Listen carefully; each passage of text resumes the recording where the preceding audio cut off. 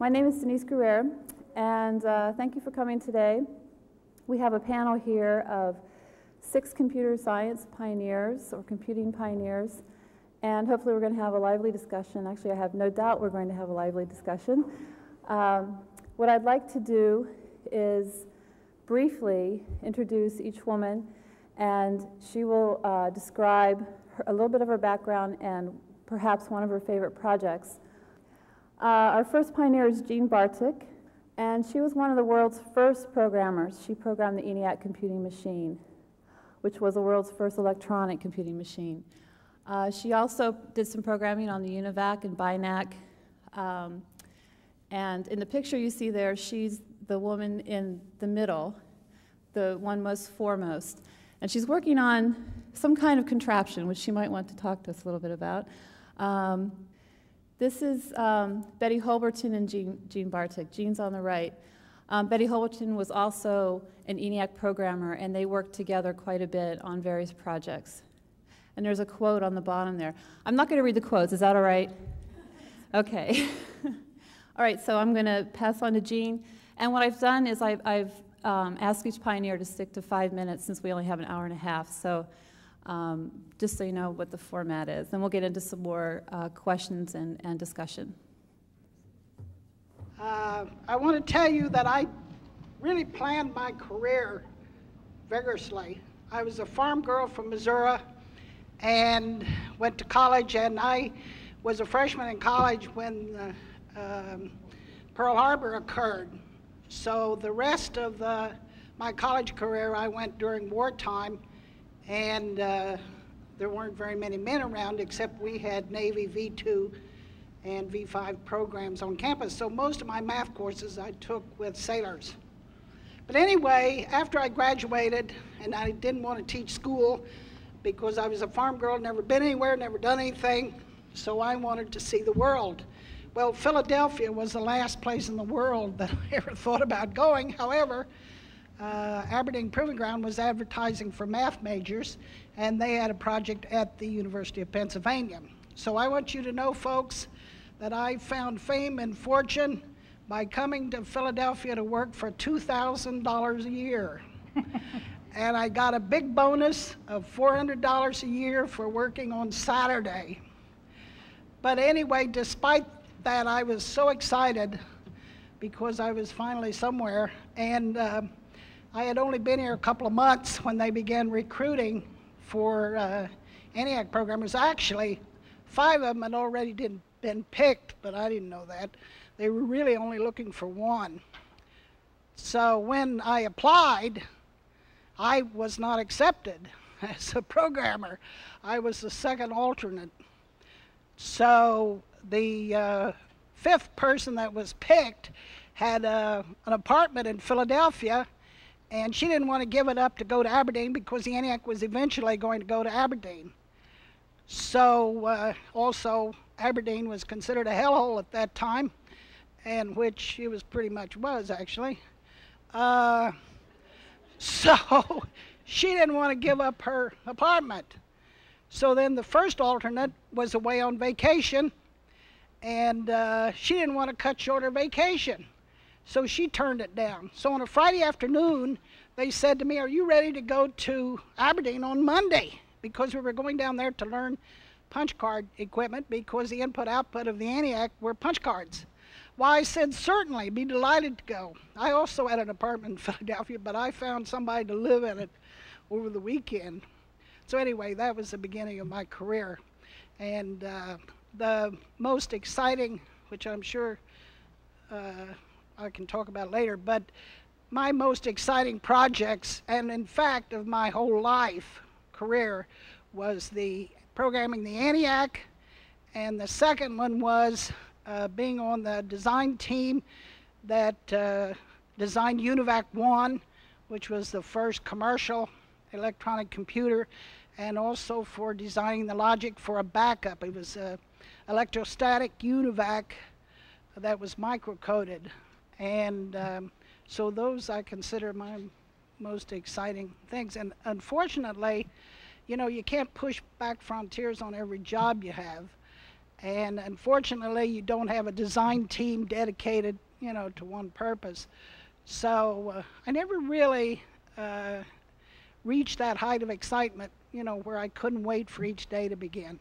But anyway, I'm glad I was there. Thanks. Okay, our next pioneer is Judy Clapp. Judy was one of the first programmers on the Whirlwind machine, which was the world's first real-time computing machine. She also worked on a program called SAGE, which was an air defense system. It was the first program that was developed as an application rather than numerical calculations. Judy is currently at MITRE, and I'd like to pass to Judy to talk to us for a little bit.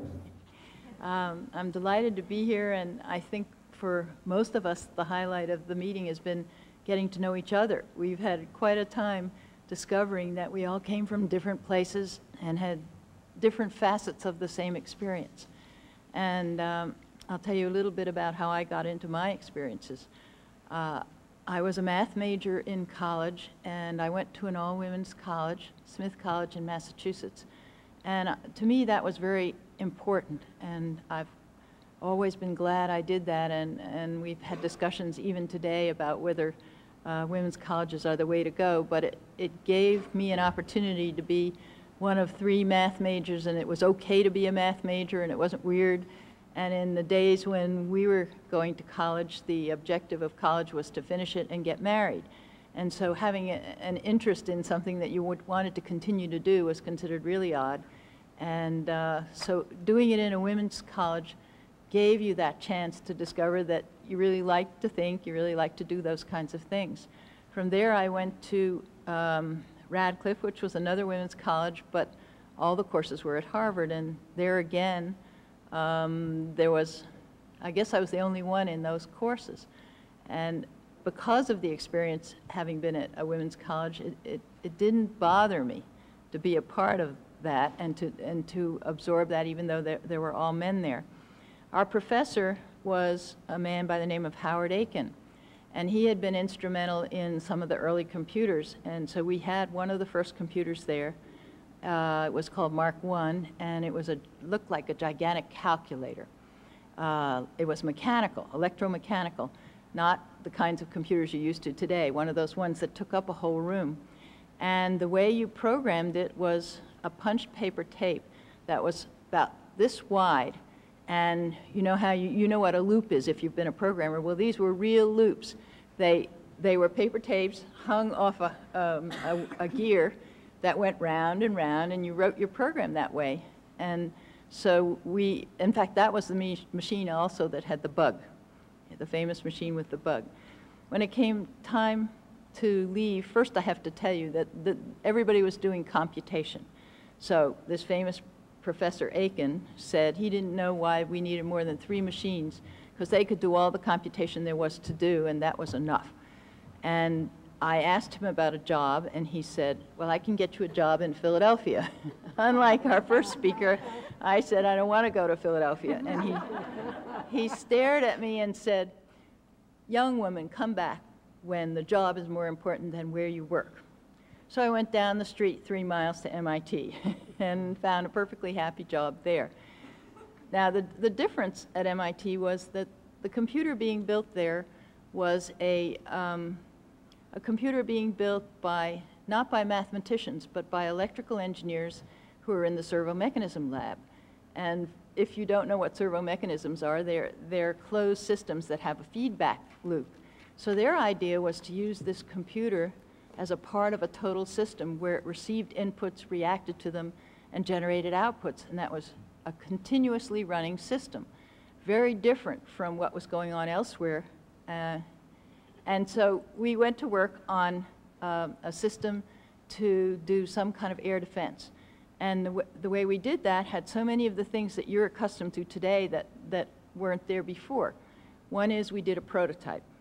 2 is we had to have a display, because they wanted people, the way an air traffic controller today would see a display of tracks, aircraft tracks, we had to use a display. 3 is we needed a way for the person to interact with the computer, which people hadn't done before. So they created something called a light gun, which you aimed at a display and you went ping, just like some of the games, and it would light up that particular thing and tell you what kind of whether it was American Airlines flight so-and-so. So we had that also. And one of the big breakthroughs we programmers had was to say, gee, if we've got this display here and we can make things on the display, why don't we debug on the display? Because now we weren't doing runs where things just went through and came out the other end. We were doing things that were continually receiving inputs, asynchronous inputs from radars in real time. So we started displaying things from the computer software.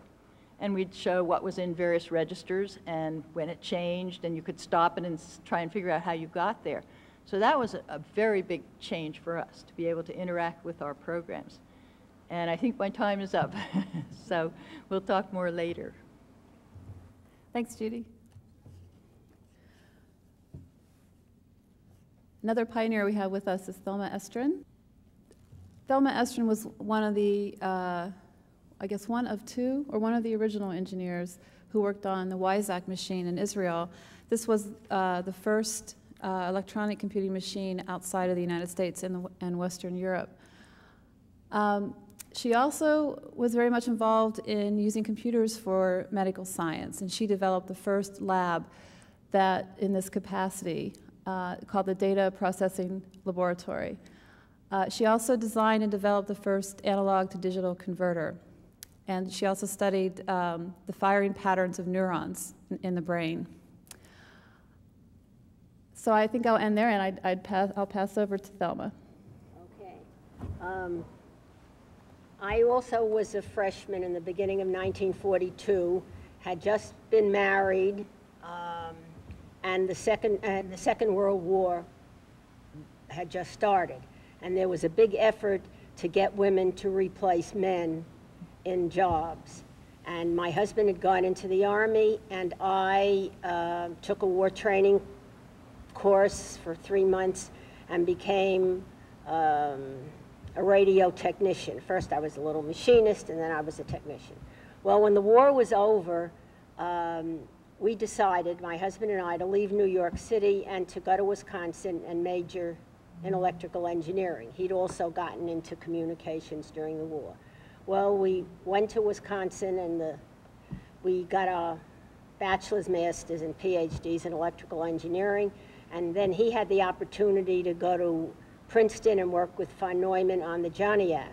So, well, I was somewhat behind him. I finished my thesis and then worked on the Johnny-Ac for a couple of months, but decided I wanted my own position. I couldn't get anything in Princeton, and so a friend of mine got me a position at Columbia University Medical School in the electroencephalography department, measuring electrical signals of the brain. And my job was to keep the electrical equipment going, but also to do some research on the meaning of those signals. And that's my first experience in, as an electrical engineer. At the time, I was really a biomedical engineer, but of course, people didn't know about biomedical engineers then. My husband then got a job to go to Israel to build his first computer, and I went and joined, and that was how I brought computers to studying the electrical activity of the nervous system, which I then did at UCLA for a long time. So that's where I'm at, or was at, I should say. Thank you. Okay, now we'll move on to Adele, or Millie, as we know her, Millie Koss. Millie was one of the first programmers of the UNIVAC, and she worked under Grace Hopper for a while, and she developed the editing generator, which actually produced programs. It was a program that produced programs, which was very unique in those times. She moved on to Burroughs, Philco, and Control Data Corporation, and eventually ended at Harvard, where she spent 25 years and was involved in information databases and some graphical, graphical manipulation research. So let me pass on to Millie. Talking about Philadelphia, I keep thinking location, location, location, and I feel that I was the beneficiary of being at the right place at the right time with the right skill. And I had gone to the University of Pennsylvania, and I was a math major, and I graduated in 1950. Now, during that time, the University of Pennsylvania was full of veterans. There were very few high school students. And so not only was I one of a few women in math classes, I was one of a few women who were not veterans. So it was a very different kind of education. People were very serious about getting on with their careers. Now, I didn't know what I would do with math. I thought, well, maybe I could get a job in an insurance company as an actuary. And when I graduated, I interviewed with an insurance company, and they asked me, are you engaged? I said, yes. They said, well, we don't hire married women. Well, they really did me a favor, because one of the people in my class, one of the men in my class said, Millie, when you graduate, you can come to Eckert & Markley and interview, and maybe you'll get a job there, because they hire math majors to be programmers. I didn't even know what a programmer was, but I said, oh, okay. I got an interview with Dr. John Markley. He was wonderful, and he explained to me what programming was, designing a strategy and writing instructions to make this huge computer do what you wanted to do, solve a problem. He said, I would love to hire you, but I don't have any money right now, but I'll keep you in mind. So I thought, well, maybe he'll call back. Sure enough, in May, he called me up one morning and said, how would you like a job as a programmer? And I said, yes, when? He said, you can start tomorrow. And that's the kind of environment Eckert & Markley was. It was flexible, it was open, it was such a wonderful, exciting, creative, rewarding job that I would love for any new young person to be able to come into that kind of environment. They shared all their information, they taught us what we had to know. We even got lessons in what the circuits looked like on UNIVAC. And we spent a lot of time designing sort routines. I think we spent the first few years of my life there figuring out what kind of strategies would work best for sorting. We had to teach the computer how to sort. And I realized for a long time that sorting was the quintessential program for a machine. And I used to see many articles in journals, computer journals, with new types of sorts. And actually, John Markley always used to come in and say, I had a good thought that we might be able to sort this way, or we might be able to sort that way. In terms of favorite projects, I would have to say that my beginning at Eckert & Markley had some of my favorite projects, because it set in motion a way of thinking about what the computer could do for programmers, not just what the computer could do for industry and not what, solving math problems, but how the computer could help programmers program. And we developed all kinds of automatic programming, for instance, sort generators, interpreters, assemblers, compilers.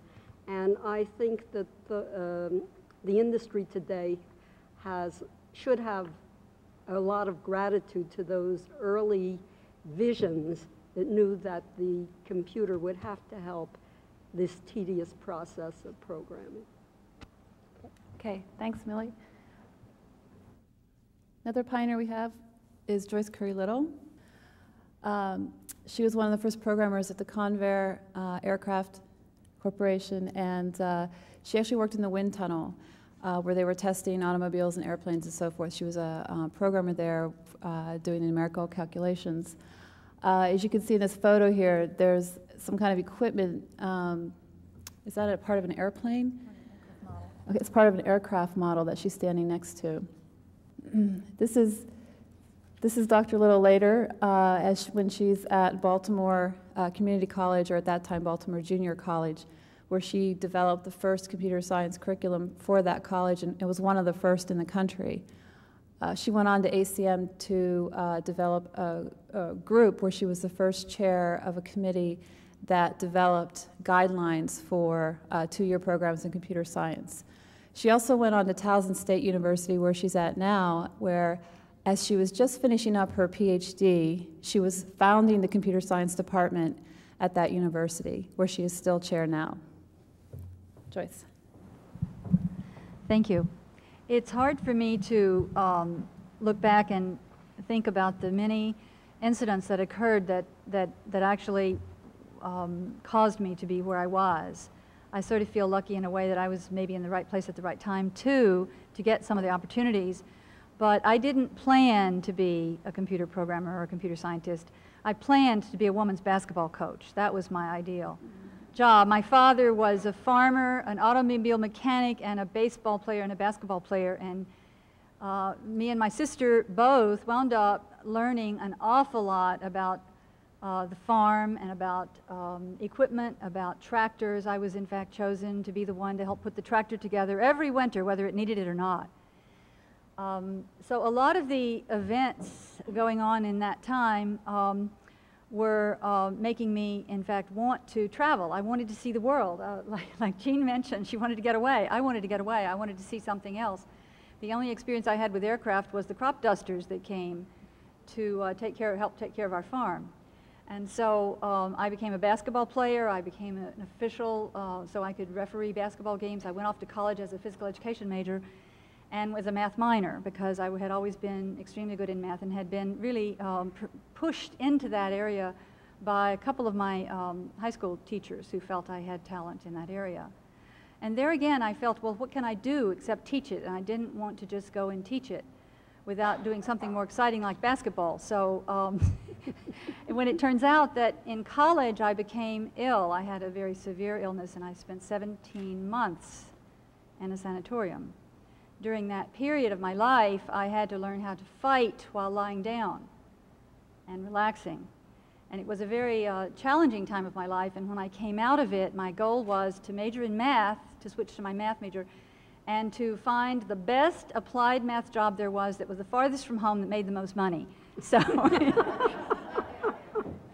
it turns out there was a group of people coming to the campus to interview a couple of the college professors, and they'd ask if I would be willing to be interviewed, and I didn't know it until later, but they were actually talking only to women math majors.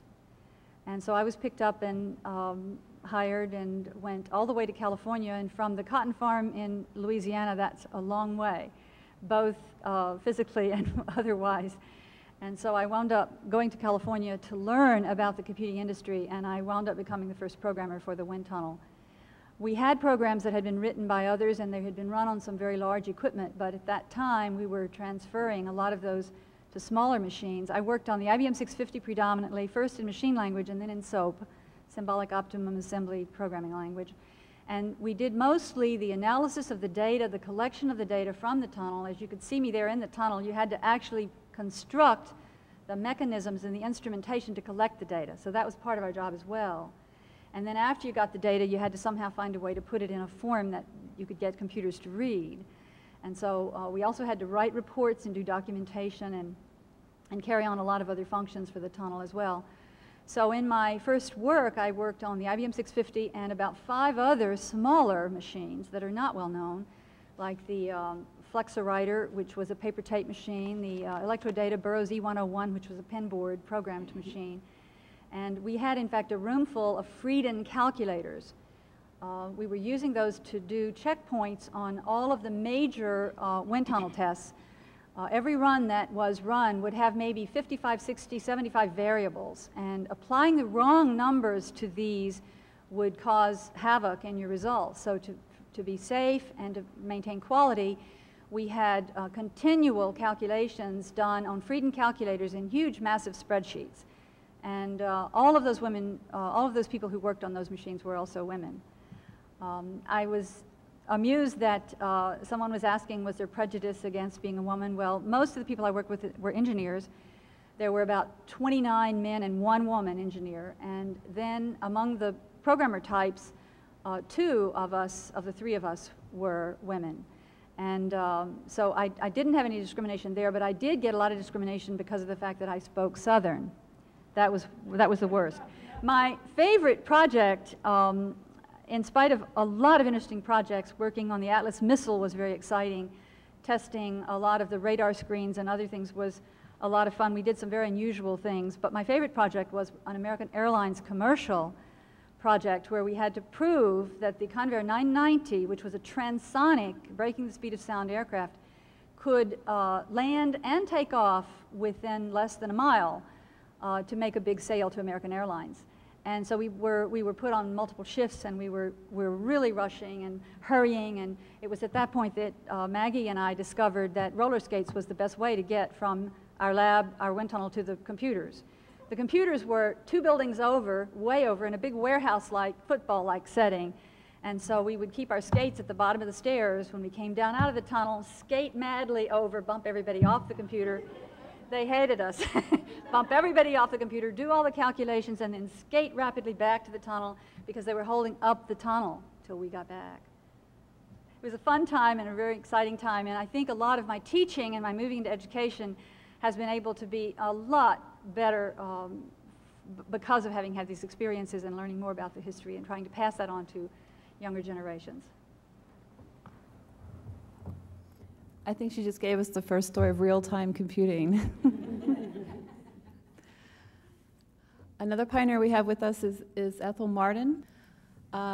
She was the first one of the first programmers on the SEAC machine, which was at the National Bureau of Standards. This was the first, or I should say one of the first stored program computers. I think there was another one in Europe at the time. It was actually, the machine was actually able to store a program so you could rerun the same program again and again. And the program that she had written to demonstrate this capability was an optical ray tracing program. Ethel was one of the first women to become head of a division at the National Bureau of Standards. She worked with a group that was appointed by the President of the United States to go to Greece and give consulting advice to the government there about how best to use computers in their educational system. She's retired now from the National Bureau of Standards, and I'd like to pass on here now to Ethel. I went to the Bureau of Standards in 1948 to work for a computer that was only on the drawing boards. The Pentagon in particular was badly in need of high-speed computing, and they were appalled by the delays in the completion of the first commercial computer, UNIVAC, and the university machines. And the Pentagon put up most of the money to build the computer, which was called an interim computer. It was to try do research on different components to see which would be the most satisfactory. So we had 2 memories, an electrostatic memory of 526 words, and a mercury delay line acoustic memory of 556 words. The computer was built as an experiment, and yet it became the only computer in government for quite a few years. You might like to know that the hydrogen bomb calculations were done on that computer, and as well as the calculations for the Bomac missile, which were done by the University of Michigan at Ann Arbor. We had a symbiotic relationship with the engineers. We worked in groups of 3 or 4, sometimes one person at a blackboard and the others supplying ideas. We were working with the computer, which was not completed until 1950. And at many times, questions came up which involved the wiring of the computer. At one point, I asked the engineers if the computer found that -0 was equal to +0. And they said, we don't know. They got out the wiring diagrams and said, you can have it either way. Which way do you want it?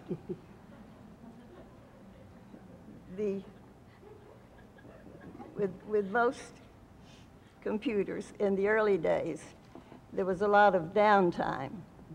And when the computer went down, when we had a failure, the mathematicians always tended to think it was a malfunction. On the contrary, the engineers always attributed the downtime to pilot error, as they called it. There was great demand for evening and graveyard shift time. And many times when we would be working at night with one engineer on duty, we would have problems. There was a pizza place with beer about 2 blocks away. So when the computer went down, we went over there, and when the computer was up again, the engineer would call us away from the pizza and beer.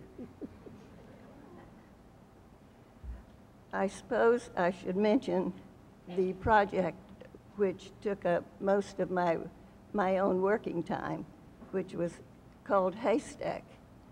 It was done for the patent office, who had that time said there were about 3 million compounds which had been synthesized. And it was increasingly difficult to find either a match of a chemical structure or to find one embedded in a larger configuration. They said it was like finding a needle in a haystack, hence the name of the project. We were not the only ones working on searching chemical structures. The Bayerische Aniline and Soda Fabrik in Ludwigshafen was very interested also in searching chemical structures, as were patent offices also in other countries, primarily England and Germany. We had at one time a workshop in Vienna, which lasted for 2 weeks, where patent examiners and researchers from England, Germany, and the US got together to exchange ideas.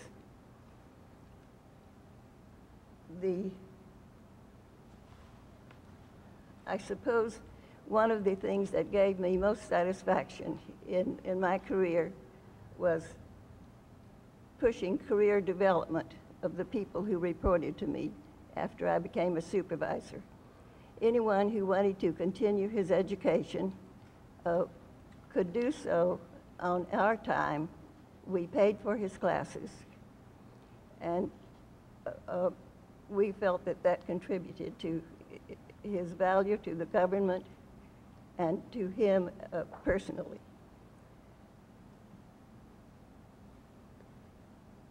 One other thing which gave me a great deal of satisfaction was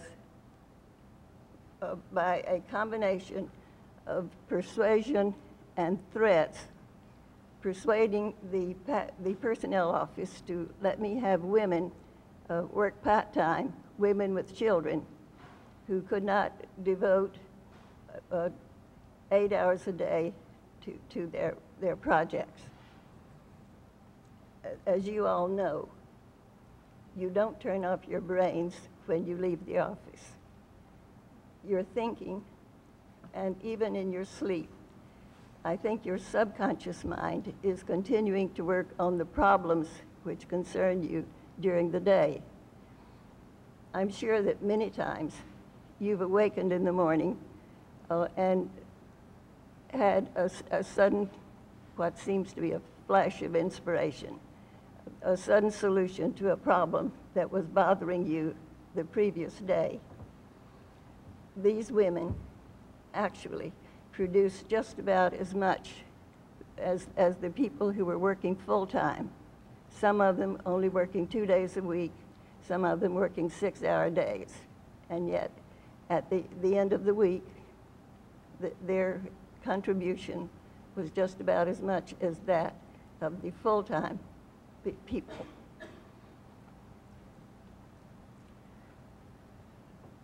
As a supervisor of both men and women, I found that many men did not enjoy reporting to a woman.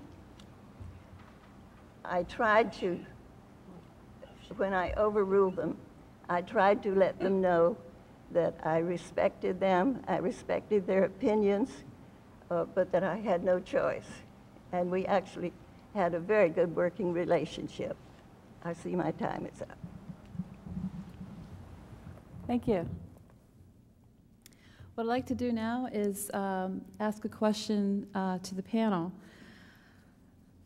Now, typically when we talk about milestones in technology, we might see a journal article or hear someone give a talk on that.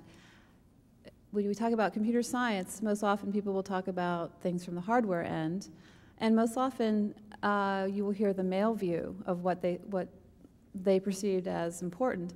What I'd like to do is get a new voice today to what the panelists, what our pioneers here believe were the important achievements, technological achievements in computer science. So I'm going to open up the panel to anyone who would like to start. I have very definite ideas about this. I believe that the development of the ENIAC, what it really did was gave people permission to think in a new way. They gave scientists, they could think about problems that they could now solve. Up to then, there were so many man years it would take to compute them, the calculations for the problem, that they couldn't even think about them. So that's the first thing it does, is to give them permission to think in terms of applications.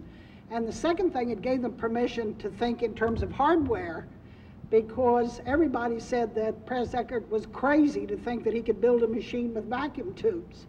And he proved that if you operated the vacuum tubes at about 50% capacity, that even if they didn't work very well, the machine still functioned. So I think that's the biggest thing that invention does, because all of a sudden people that had never even thought about these things, I mean, ideas for computers came up everywhere. Ideas for problems to do on the computer came up everywhere. And that's the same thing that happened when we built the UNIVAC 1 with commercial processing. And the biggest thing that I think in hardware of the UNIVAC 1 was the disk storage.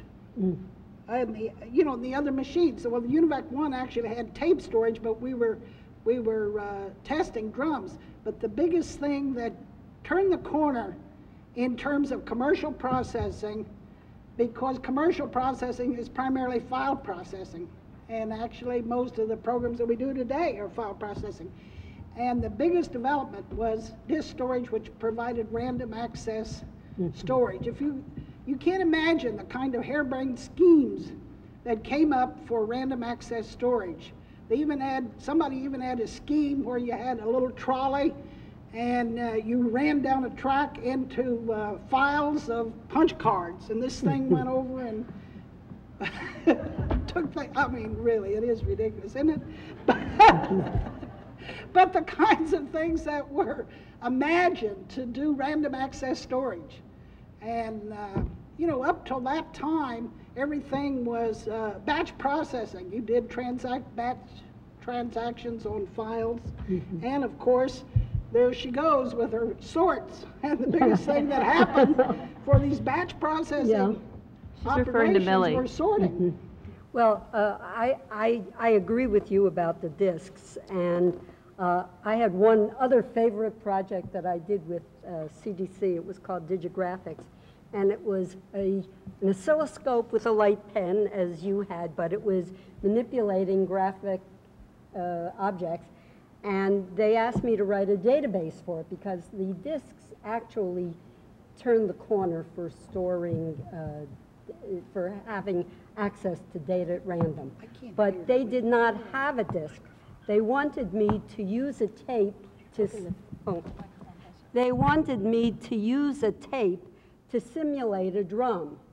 Now, and use random access on a tape. Now, this is a real trick, because you had to get to a specific spot on the tape and then overlay a record. Well, you know, tapes were not that accurate to overlay exactly in the right spot. So what we had to do was erase a little bit before, erase the old record, and erase a little bit after. So you had this tape where there were gaps in the tape. There would be a gap, a record, a gap, a record, and we actually did it. Well, I have to tell you, when I did get to discs and had database management systems, boy, was that terrific. Because, you know, we weren't dependent on these tapes. And with the discs, I think that we turned the corner in being able to do random access, which was really necessary. I mean, sequential access was great at the outset, but you had to do random access for many operations. And I just want to add one other plug. The SQL language, which eventually came along a lot later, really made random access and data processing with disks and very productive. And it's a standard that I think has been very important. I'd like to also talk a little bit about memory. How many of you know about the year 2000 problem? Why do you think we have that problem? Memory was so expensive that people crammed the year into 2 digits instead of 4.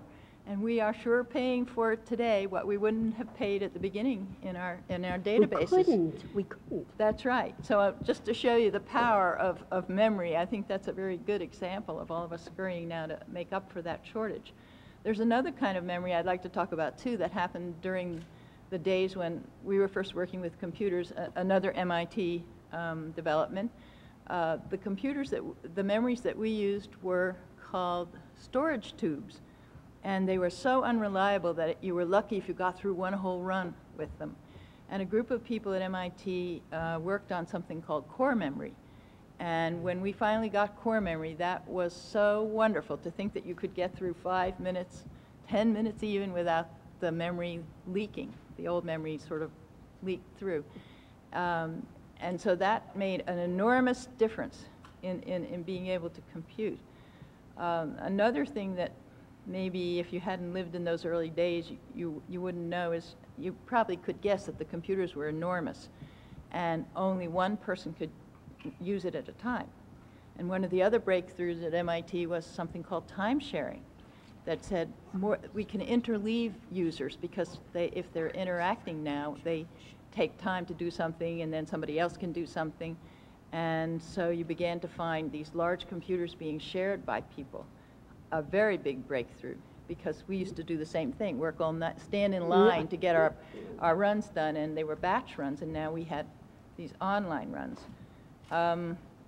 Another big breakthrough I remember is, if any of you have ever heard of Doug Engelbart, he was the person who came up with the notion of a human interacting with the computer and had a gadget and showed how you could do text editing online. And the reason I mention this is because it'll give you a little clue about the culture of the time. In order to use this, you had to type.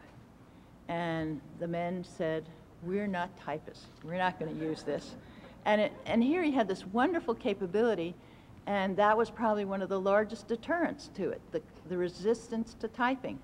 So I remember we finally convinced one of our vice presidents to get a computer. He was supposed to be vice president of information systems. And he got his computer and he called me to come and see him using his computer. And I walk in and he's leaning back at his desk like this and his secretary is over at the computer. He is dictating and she is typing. So you never realize how culture can stop things from moving on. So I was laughing because I talked to somebody the other day and she said her son takes keyboarding. They don't call it typing anymore. And I don't know if any of you have discovered the names they now use for learning to use the computer keyboard. So that's a thumbnail sketch of some things I thought were technically important. I'd like to ask another question of the panel. I'd like to switch a little bit to more of the culture of the early days of computing. What was it like in the early, say the early 1950s, for some of you who were programming the early machines, or in the case of Thelma building one of the early machines?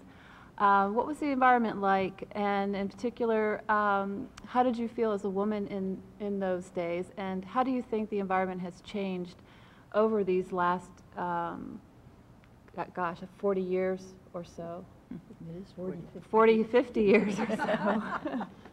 That's right. When I went over to MIT, they knew they were going to try and build this air defense system eventually, and they needed a lot of programmers. So they were quite willing to hire women. Would you speak into the microphone? Oh, I'm sorry. They were quite willing to hire women, and since nobody knew programming from any other previous experience, they were hiring any women that they felt could do it. And for reasons we never could understand, music majors seemed to be the most likely candidates. And part of this is that we weren't doing mathematical work, we were doing sort of logic, and we always laugh about the way you could tell a good programmer was you asked if you liked to do crossword puzzles and solve problems. And that was one test we used. We tended to work in teams, and a lot of the men we worked with were engineers who worried about the hardware part of it and the design of this large system. So I think from my point of view, the women were treated very well, very much a part of the team, their ideas very much accepted. As time went on, though, I claim, and some of the people I've talked to, that as the organization became institutionalized, a hierarchy began to appear, and lo and behold, where were the women? The women were at the lower parts of the hierarchy, and the men were at the top. And I've even looked at a history they wrote of that period, and I could barely find the name of any woman mentioned, but the men are all given all the credit for all the things that were done because they were, in fact, the managers. I would like to mention one very interesting thing that happened. That was a period when women were very much oriented toward getting married and having children. And so when they did get married and they had children, they left the profession. Well, there was a man by the name of Dick Mills who was in the Boston area and decided that this was a waste of talent. So he formed a company which he called a cottage industry, and he would have women program in their homes. He had a service that ran around to their house every day, picked up the code, he gave you the coding sheets, and he was a real engineer. He told you exactly how he wanted you to write it, it was assembly language, and he had very strong quality principles in what people did, and they would collect the software that they'd written, give them do the runs, bring back the dumps, as they were called, of what had happened. And he kept all these women busy working on their dining room tables, which I thought was very innovative at the time. And I'll tell you one more quick thing to give you the culture. When I became pregnant, they had a rule that you could not work after you were pregnant because you were an occupational hazard. Something might happen to you or whatever. So I decided that I wouldn't tell them I was pregnant, and I would just wait and see what they would do about it. So finally, after 6.5 months of standing straight, somebody who hadn't worked with me, I think the others were too embarrassed to say anything, came. He'd been away for a couple of years, and he came back and he said, "You dummies, can't you tell a pregnant woman when you see one?" So out I went that day. And the next day they called me up and they said, "Oh, we have this little problem. We can't quite figure out where you were in this project you were leading." So not in those days, obscurity was the name of the game, I think. So they asked me if I would come back as a consultant and work in the lobby. I'm not joking. I had a coffee table in the lobby, and my group would work with me out in the lobby. And by the end of 2 weeks, I was earning so much money as a consultant, being paid by the day, that they reconsidered. And they decided that they could change their rules, and maybe I could work and then come back afterwards. They'd never had a person before me who ever wanted to have a baby and then come back to work. Nobody did that. And so they had to re-examine all their rules and finally agreed that it could be done. So that gives you some idea of where the world was then. I had a different experience. When I went to Eckert & Mauchly, there were quite a few women programmers in our group. I don't know, there must have been at least 40% of the programmers were women. But at any rate, I didn't even understand that women weren't wanted. If you had a skill, they were very willing to have you work. Well, after about 1.5 years, I was pregnant, and I came in and I spoke to Grace Hopper, and I said, I don't think I can work anymore. I don't feel like coming in on the trolley. We didn't have a car, and it was getting pretty tiresome going on the trolley. So she said, take it home with you. Just do it at home. I don't care where you do it. And this is the one I was pregnant with right up here. So I decided, now that's a nice way to work. I would go in 1 or 2 days a week. I would work at home. I learned to work at the dining room table, and I did a lot of good work. I worked until the day before I delivered, and then a week later I started to pick up again, and it didn't seem at all unusual. So I decided this was a good way for me to continue to work and be at home with the family, because it meant a lot to me to be there in the early days. So I worked at Burroughs like this, and I worked at Philco like this. Whenever I went there, I'd say, this is the way I work. I work a little bit at home. I come into the office 2 days a week, and I want to work part-time. And I'm sure it was because I was a programmer. You know, I had experience that they needed, so they said, fine. Well, when I was working at Philco, my husband took a job up in Massachusetts, and this time I had to go with him because we were really moving to Massachusetts. Before, he was in a GE test program, and he was going different places every 3 months, so I stayed home so I could keep my career. So I came into Philco, and I worked for a fellow by the name of Saul Rosen, who was wonderful. He was brilliant, and he was very flexible.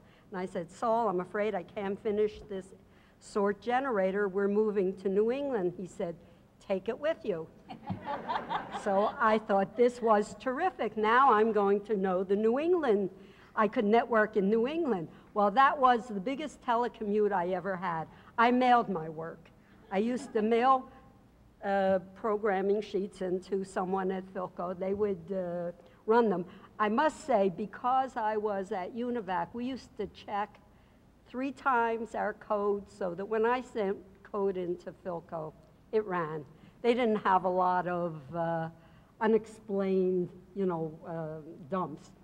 But it was wonderful. And I have to tell you that it wasn't until I got to Harvard and I became management that I then felt the hierarchy and less flexibility, much less openness to women in careers. So, at the Bureau of Standards, there didn't seem to be any prejudice against women, and I think the reason was that there was a woman engineer, Ruth Houter, had been in the waves, and she was rather hefty.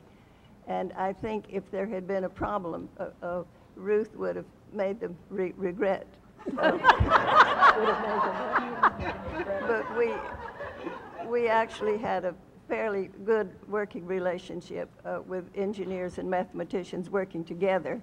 And during this time, several bits of new equipment came about because of this, as I said, symbiotic relationship. One of the ones you might be interested in hearing was the Veterans Administration wanted us to mechanize a way of reading electrocardiograms. And with the engineers designing special equipment, we worked, I was doing that primarily. I had someone helping me. But we developed a system for reading the electrocardiograms. This is another instance of the group philosophy that is the combo of the mathematicians and the engineers developing equipment at the same time getting done what needed to be done.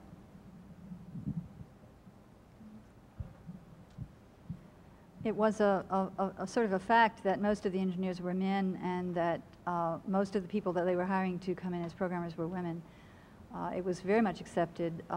There was, in fact, a large number of women doing mechanical calculators use, and there were, of course, a large number of women in other areas that were doing data entry, key punch. It turns out also all the operators, like the night shift operators especially, were men of the mainframe computers. And so you did see some sort of gender environment changes overall. But in the small area where we were, that I was employed in industry, there were very much good camaraderie. Everyone got along with each other very well, and we all worked together and pulled together in a team, so we didn't have any special difficulties in that setting. After I left there and went on for higher education, got more education, and eventually wound up teaching in colleges, I noticed, just like going through college and majoring in math, and then later on in any of the hard sciences, there were very few women. And so then when I got to teaching, so why was I surprised that there were very few women? I don't know, I shouldn't have been surprised, right? The department where I am now has about 20 full-time faculty, and there's only 3 women. And in fact, among our student population, we've had a severe drop about probably 8 to 10 years ago, a severe drop in the number of women computer science majors. That drop, in fact, was most of the reason for the drop overall in computer science majors, was that we lost the women for lots of reasons, which have some people have speculated on, but it's really yet to be fully documented. And now, of course, we're seeing a fairly large boom now, and I'll be very interested to see if, in fact, any of this increase that we're having right now in computer science in certain pockets of the country is in fact going to turn out to be more women or not. I found very few women in my career, practically none, as a matter of fact, though one of the changes I would just like to say is being an electrical engineer, I never knew whether to call myself an electrical engineer, a biomedical engineer, and then when we use computers, a computer engineer. And one of the things I would always do at a conference was to have something on computers in medicine. And the room would always look like this, a huge room with not a lot of people in it, because it just was not an interesting subject to the men who were in the biomedical engineering field or the computer people in the field. And I noticed, I just got a letter today, a few days ago, before I left home, that the National Academy of Engineering, at its annual meeting in October, is going to have something called Integrating Engineering and Biological Sciences. And that, of course, is a big issue of the day. And I think part of that issue, aside from the times and that we need it, is the presence of so many women in the medical sciences. We see an enormous number of women nowadays going into the medical sciences. And I think that's just an interesting thing to happen, and I think that will continue. And from there, I think we're going to see more women come into the technology parts and into the computer science part as well. I'd like to make a comment or a little plug. Joyce had mentioned that the number of students graduating with computer science degrees is dramatically decreasing. I'm sorry, the number of women getting bachelor's degrees. And there's an article coming out in Communications of the ACM, sponsored by ACMW, written by Tracy Camp, and it's coming out in the October issue, I believe. And it has some statistics. Tracy's done a great job of putting them all together, so watch out for it. Just wanted to put in a little plug there. What I'd like to do is ask one more question to the panel and then open up the floor for some questions from the audience. What I'd like you to talk a little bit about is, how did you get started after your education? How did you have a mentor? Did you use manuals? Did you have to use schematics? How did you learn the things you had, the information or the technology that you had to learn to do your job? Because we know education is wonderful, but when you hit the real world, there is a whole new set of things you have to learn. So how did you all get started?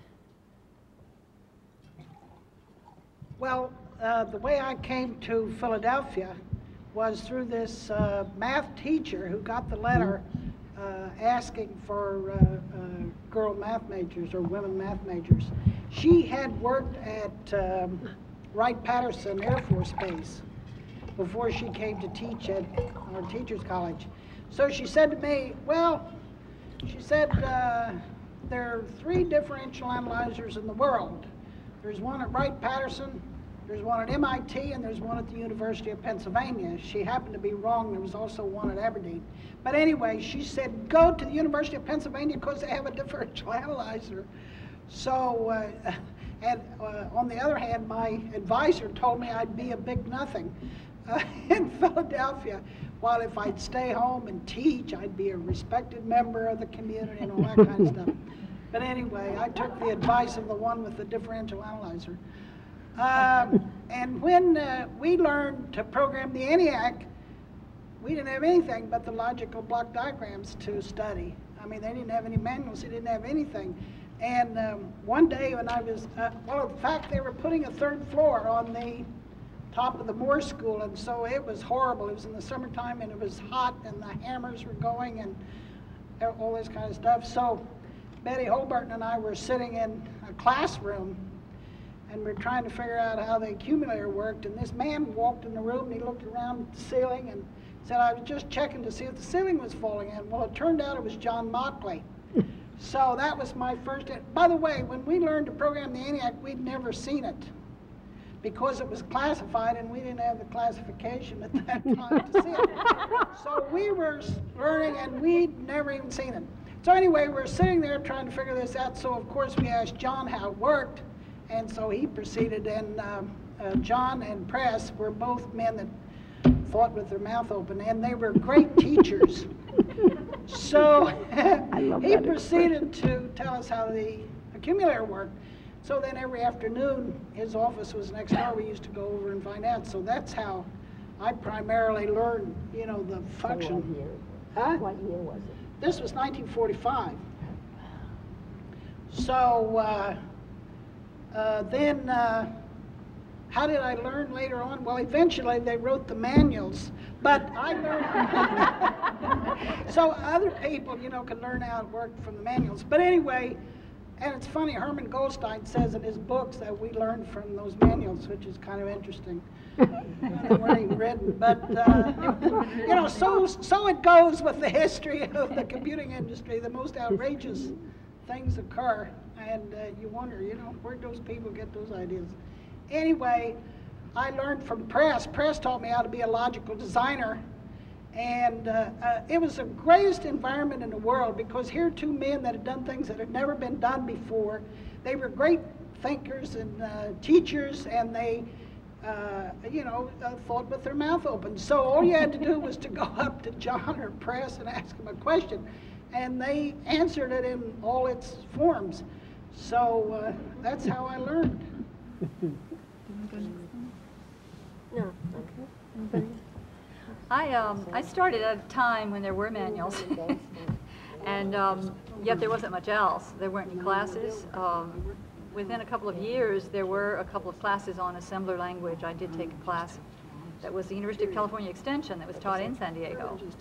That was an assembly language class. And then, of course, there were several, oh, yes, thank you.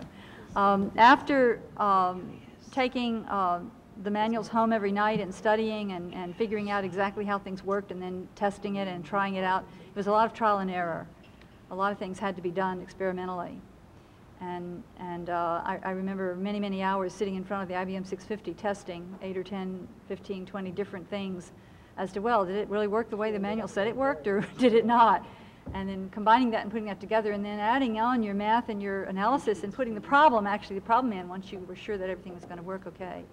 And most of the other smaller computers that I used, also there were manuals. And so you were constantly studying, constantly, just trying to keep up. Every time you'd think you were caught up, you weren't, because something else came in you had to learn. I was actually in one of the first Fortran classes that was ever taught. When Fortran was coming out about 1959, they sent an IBM representative to help us learn. It was about 10 of us. I was the only one from the wind tunnel, but there were several others from other parts of the organization who were learning Fortran. And fortunately, the young man was just delightful, and he knew a lot about Fortran, but he did not know assembler. And so when the code was generated by the Fortran, he was lost. The rest of us showed him what that meant. And so together we learned a lot in these informal training classes. Oh, I was just going to say that for most of us, we were the ones who had to experiment and learn and then teach the people who came after us. And when we turned our small prototype project into a major project, they actually created a company and started teaching classes in that specific system. The system itself was so complex, and the overall architecture of the system, that that's how they taught the large numbers of women that they brought in to do the programming. But I was going to talk about a slightly different kind of mentor.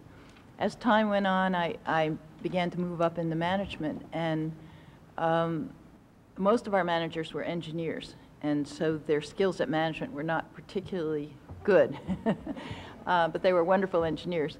And I had one mentor who was himself outside of our organization, but close enough. He was sort of a customer of the organization that he could give me advice. And I've said this many times to myself, to my friends, to the people I try to mentor. What he said was, if you want the job, act as if you have it. And that worked extraordinarily well for me. If I saw something that needed to be done, a little bit like the Grace Hopper saying, instead of asking, may I do this, I said, I'll just start doing it. And all of a sudden people act as if that is your job. And so that's a piece of advice that I give to all of you. Don't wait for them to ask you, and don't ask permission. Just go and do it. And you'll find that it works most of the time.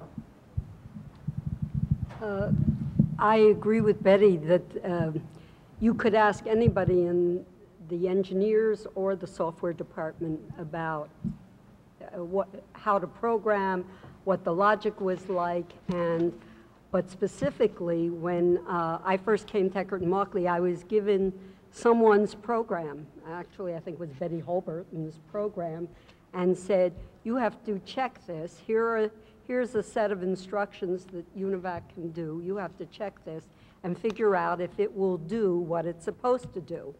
And in those days, we did 3 checks on every line of instruction. You put a check mark beside every line of instruction, so that when you ran the program, it ran. It did not stop.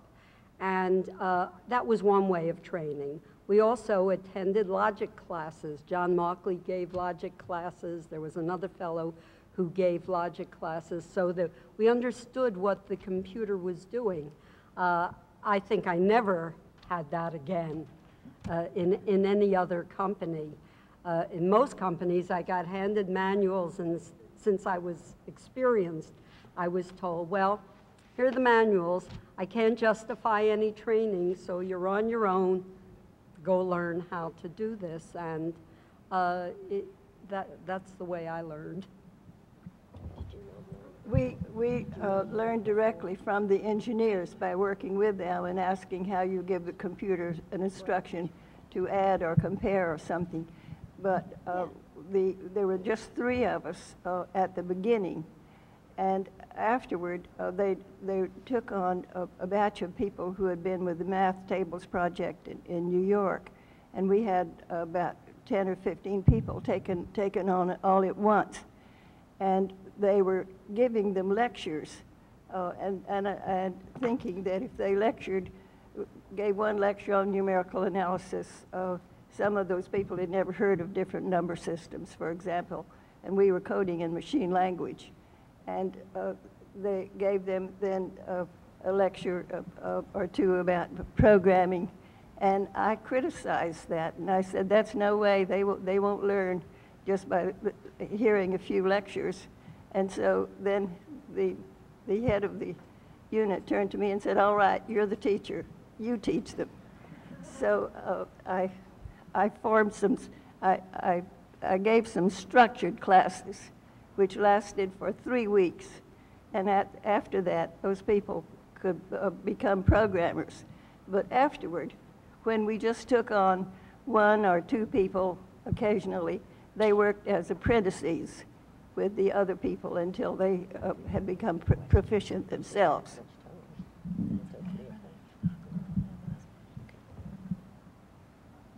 Okay, I'm going to say a few words about Johnny von Neumann, who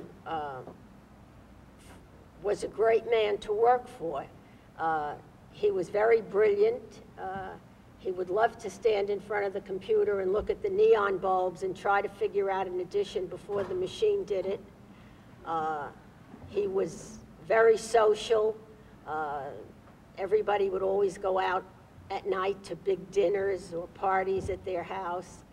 And I think his biggest aptitude was his breadth of bringing computers both to economics and bringing in the meteorologists from the very beginning to use the computer to solve meteorological problems. And of course the stored program. So I think on a day-to-day basis, the engineers worked with Julian Bigelow, who was a great engineer, but the kind of engineer who never could finish a project. He always had an idea for doing something and then changing it before it really got finished, which brought Johnny's machine into operation much later. And then, of course, there was Herman Goldstein, who was always pushing to get the machine running immediately, so there was a great deal of dispute between them. But it finally got going, and Johnny's machine, I think, was the basis of about 4 or 5 others that have been run across the country. I feel that I must say something since you brought up Johnny von Neumann. I also worked with Johnny von Neumann for turning the ENIAC into a stored program computer. He is generally given the credit for the stored program computer, which I believe is totally untrue. Johnny von Neumann came on the ENIAC scene after it was built. Herman Goldstein saw him on the train platform in Aberdeen. He was a consultant for Aberdeen. In fact, he was a consultant for almost every branch of the federal government, and he was also consultant to the Atomic Energy Commission. Now, Aberdeen did not tell Johnny von Neumann about the ENIAC, and the reason they didn't tell it was because they didn't expect it to work. Now, the ENIAC was being completed, and Herman Goldstein saw Johnny von Neumann on the train platform because he used to come down from Princeton Junction to Aberdeen and stay a couple of days and then go back to Princeton. So Herman proceeded to approach him and tell him about the ENIAC. Well, he was very interested and came to Philadelphia to see the ENIAC. Now at this time, you know, it was being completed, and they were spending part-time working on EDVAC, which was a stored program computer. So Johnny von Neumann asked them, could he come to their engineering meetings? They were having one like once a month. So they said yes. So he came to the meetings, and so one time he said, well, he wouldn't be there the next month because he had to go to Los Alamos. Well, he was gone, and one day Herman Goldstein came in carrying this paper and said, look what Johnny sent.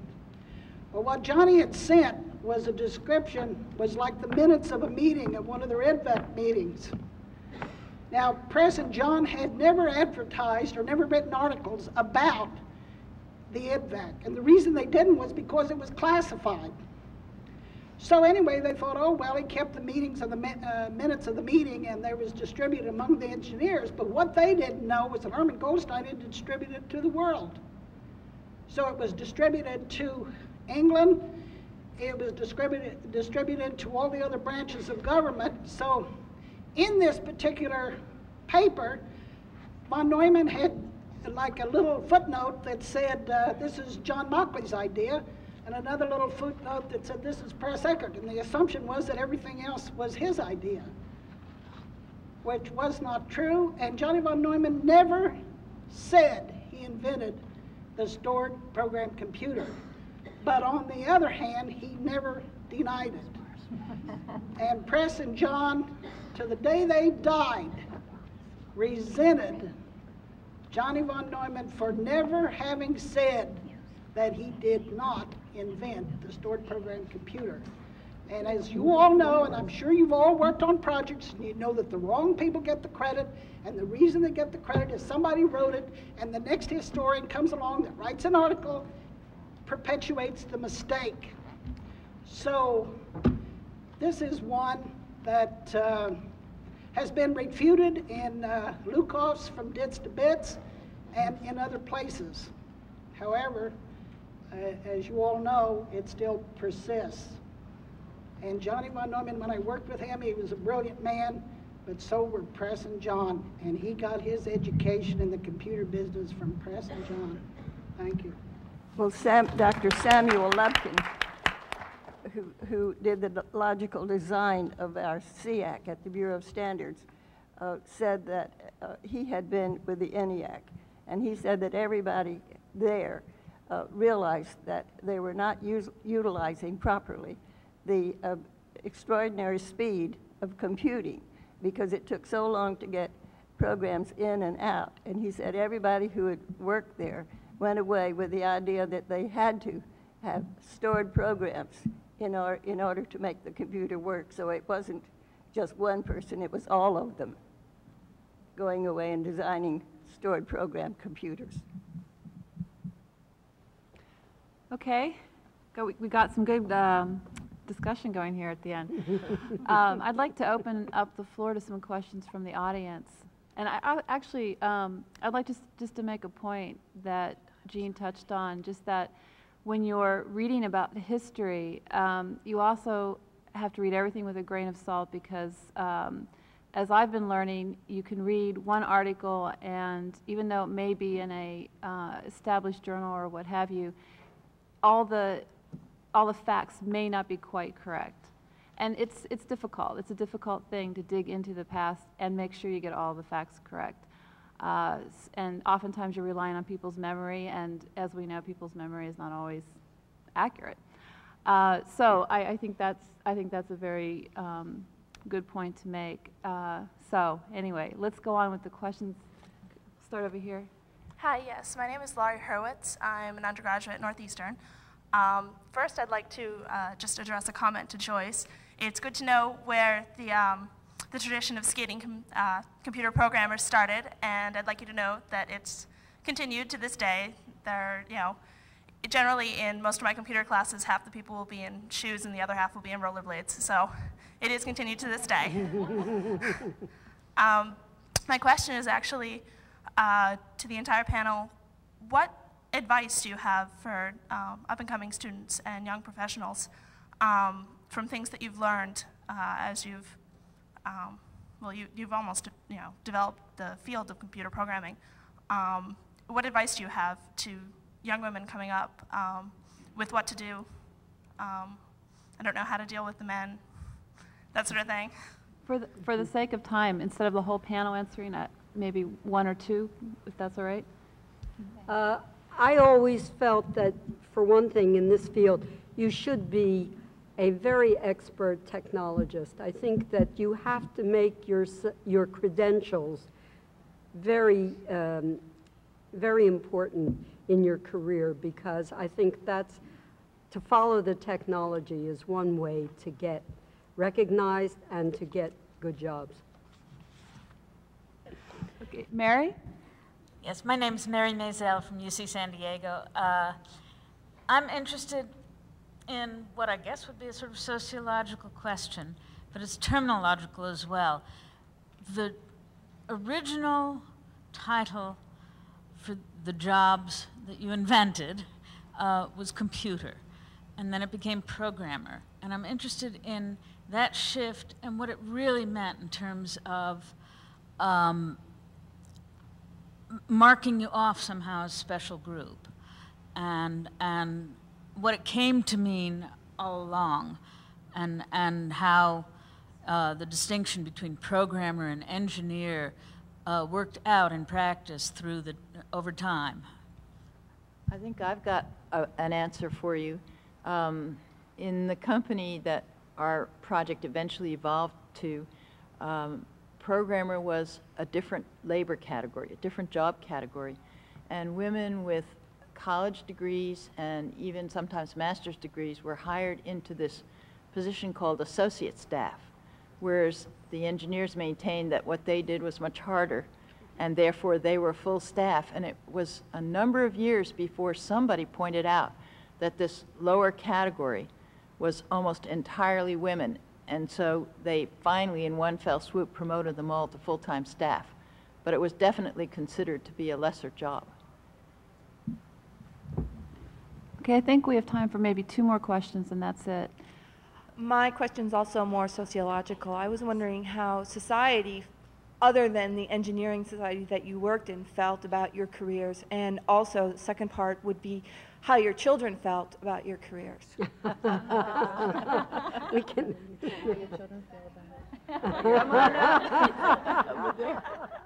I have 2 daughters in the field. There's a bet. Or I guess we should let her speak first. We have a daughter right here, and she's going to speak to us. On the answer to the second question, it's a hard. Could you give us your name, please? I'm Ellie Koss. I'm Millie's daughter, the one she was pregnant with at Eckerd Mauchly. It's a tough act to follow. So having a pioneer as a mom, for a long time it was a tough act to follow. So you kind of have that pressure as you're going through life. At the same time, you have the model of anything's possible. It's like I lived in a household where between my mother and my father, there was never an issue of, well, can you do this? It's like whatever you want to do, you can do it. And I had the model on both sides. My father's very proud of my mother and vice versa, and there was never the competition as to who was doing better. So from that point of view, it was very empowering, way to grow up. At the same time, it took me probably about 10, 15 years of my adult life to come back full circle to IS. It was like, for a long time, it was like resisting what really, in some ways, I've come to believe is somewhat genetic. I've taken it in a different realm completely, really looking at how to build effective IS organizations and how to realize the benefits of information technology. But there were struggles at every point along the way, and probably the most renowned one is when I was taking a Fortran class in college, and programming that came to nested do loops, and basically 3-dimensional matrices, and is like, I refused to get it, and Millie was like tearing her hair out, trying to pound it into my skull. And all of a sudden one day in the mail I get this very thick envelope, about a ½ inch thick, and I pull it out and there are all these punch cards that say, I hate a raise, I hate a raise, I hate a raise. Now interestingly, my PhD dissertation in economics was ultimately about multidimensional matrices of so it really did come full circle, but it took a while to realize that I could make my own way in that field and not be intimidated by that. Well, I guess you can have different parents, different experiences. You never know, because my husband is a computer scientist, I'm a computer scientist, and we have 2 daughters who are doing great in computer science. So you can't really tell. There's, it isn't only heredity, it's environment and how things interact. So I would say it can go either way.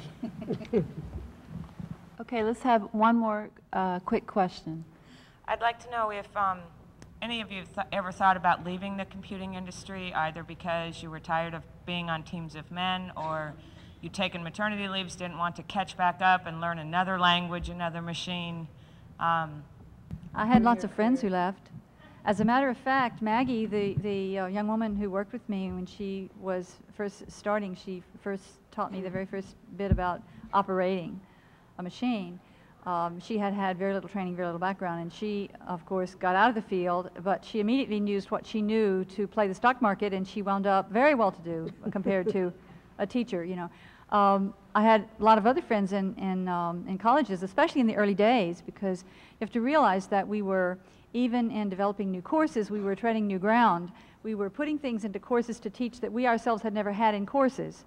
And so, therefore, along the way, a great many of the people who had that experience were later asked, what do you mean you don't have credit on your transcript for this? Well, because I developed the course, that's why. I can't take my own course, can I? So a lot of people were very frustrated because it was very difficult to do everything right. And when people come into a classroom, they expect you to know everything. Well, the learning environment of the constructivists is much better suited to this field because you get people practicing what they have to learn and doing what they have to learn, and then they go back and see it a second time, and then they understand it more fully. So it was very challenging, and I know a lot of people who knew computer science and began to not tell folks about it because they didn't want that line to line up in front of their office asking for help, because the computer scientist types had all of the debugging in the laboratory to be worried about, and the mathematicians did not. So a lot of people just claimed not to be knowledgeable and stopped teaching the courses for that reason. I'd just like to say the opposite. First of all, I suspect some of us are here because we did stay in the field and enjoyed it. And I'm one of those rare people who never had to go out or never did go out and even apply for a different job. My job just kept happening. And the reason was that this has been a technology that has changed so often that I have never stopped having a need to learn and an opportunity to learn. To me, that's what attracted me to it in the first place. When somebody said to me, would you like to come and do something that nobody has done before, I said, great. And you just have to think about it. About every 2 years, it's getting down to every 6 months almost. There's something new to learn and another opportunity to go off and do something different. Just to give you one clue, when the internet first came out, began to see that it was going to start happening about 5 or 6 years ago, I went to my boss and I said, boy, this is really going to catch on. And my engineer boss said, it's a passing fad. What an opportunity. And that was. And so we went ahead and we got ourselves into it. We put up an intranet within the company and got people started. So there's going to be another one of those things happening tomorrow, and I'll be looking out for it and hopefully getting it started in our company.